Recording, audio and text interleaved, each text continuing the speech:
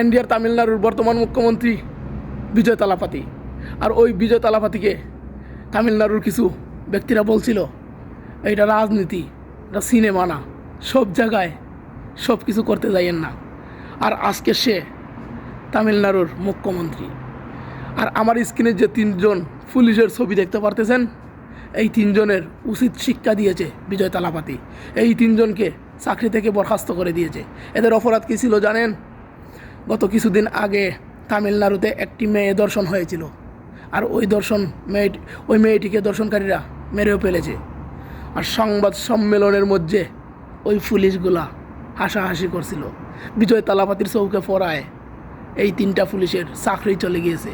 ভাই, যদি তুমি যে কোনো ধর্মেরই হও না কেন, মনুষ্যত্ব ঠিক থাকলে, উপরওয়ালাকে ভয় করলে, তোমার গদিও থাকবে, সব কিছু ঠিক থাকবে, তোমার প্রশংসার কোনো অভাব হবে না। ভাই, স্যালুট ভাই তোমারে, তুমি যে কাজটা করছো, তোমারে ধন্যবাদ ভাই।